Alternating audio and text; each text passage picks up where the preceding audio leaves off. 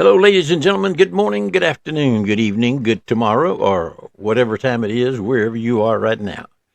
Our story today is called Sack Lunches, and this is J.P. Smith, John Pershing Smith. Let me preface my story with a Bible quote, which goes nicely with today's story. Jesus said in Matthew 25:40, "And the king shall answer and say unto them, Verily I say unto you, inasmuch as ye have done it unto one of the least of my brethren, you have done it for me." That's from the King James Version. On that note comes my story today. Some years ago, a gentleman who was riding with us on a commercial airline shared this story with me. He started, quote, "I put my carry-on in the luggage department and sat down in my assigned seat. I was going to be a long flight. I'm glad that I have a good book to read. Perhaps I'll get a short nap," he thought. Just before takeoff, a line of soldiers came down the aisle and filled all the vacant seats, totally surrounding me. I decided to start a conversation. "Where are you headed?" I asked the soldier seated nearest me. "Great Lakes Air Base," he said. "We'll be there for 2 weeks for special training, and then we're being deployed to Iraq." After flying for about an hour, an announcement was made that the sack lunches were available for $5. It would be several hours before we reached Chicago, and I quickly decided a lunch would help pass the time. As I reached for my wallet, I overheard a soldier ask his buddy if he planned to buy lunch. The soldier said, "No, that seems like a lot of money for just a sack lunch. Probably wouldn't be worth $5. I'll just wait till we get to Chicago." And his friend agreed. I looked around at all the other soldiers. No one was buying. I walked to the back of the plane and handed the flight attendant a $50 bill. I said, "Take a lunch to all those soldiers." She grabbed my arms and squeezed tightly. Her eyes wet with tears, and she said, "My son was a soldier in Iraq. It's almost like you were doing it for him. Thank you." Picking up 10 sacks, she headed up the aisle to where the soldiers were seated. Then she came back by and stopped at my seat and asked, "Which do you like best, beef or chicken?" "Chicken," I replied, wondering why she asked that. She turned and went to the front of the plane, returning a minute later with a dinner plate from first class. "This is your thanks." After we finished eating, I went back to the back of the plane, headed for the restroom. A man stopped me. He said, "I saw what you did. I want to be a part of this. Here, take this." He handed me $25. Soon after I returned to my seat, I saw the flight captain coming down the aisle, looking at the aisle numbers as he walked. I hoped he wasn't looking for me, but noticed he was looking at the numbers on my side of the plane. When he got to my row, he stopped, smiled, and held out his hand and said, "I want to shake your hand." Quickly unfastening my seatbelts, I stood and took the captain's hand. With a booming voice, he said, "I was a soldier and I was a military pilot. Once somebody bought me a lunch. It was an act of kindness I never forgot." I was embarrassed when applause was heard from all of the passengers. Later, I walked to the front of the plane so I could stretch my legs. A man who was seated about 6 rows in front of me reached out his hand, wanting to shake mine, and he left another $25 in my palm. Then another one, and another one, and another one. All slipped money into my hand. When we landed in Chicago, I gathered my belongings and started to deplane. Waiting just inside the airplane door was a man who stopped me, put something in my shirt pocket, turned, and walked away without saying a word. It was another $25.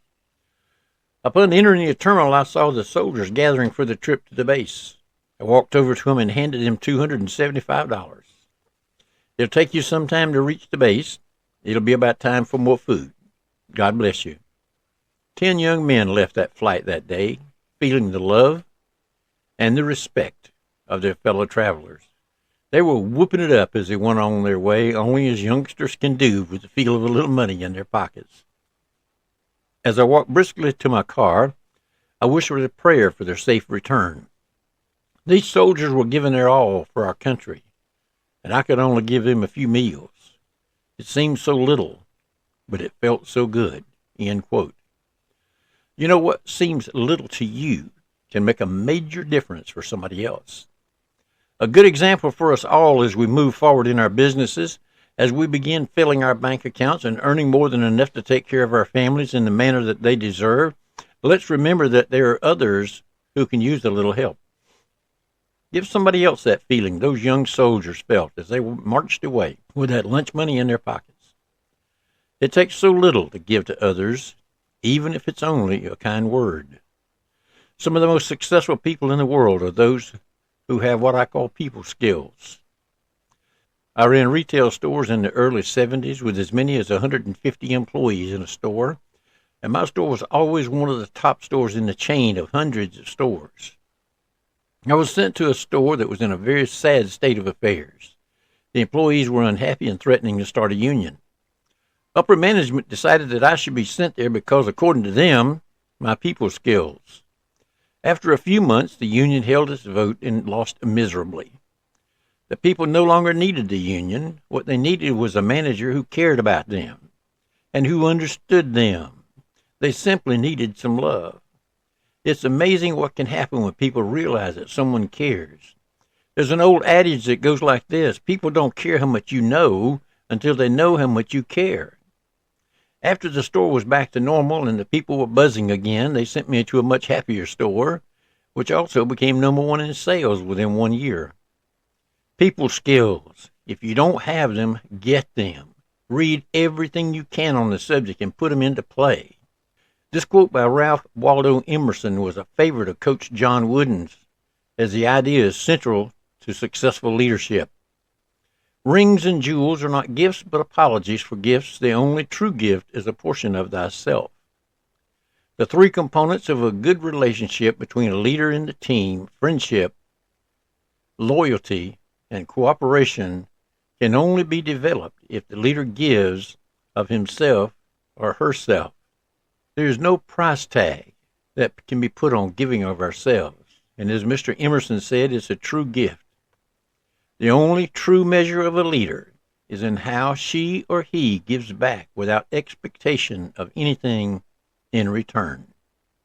I hope you enjoyed today's teaching story, and I thank you for letting me share with you. And as the great Paul Harvey would say, now you have the rest of the story. Thanks for joining us today. I look forward to seeing you all in the winner's circle. God bless, and make it a great rest of the day. Goodbye for now.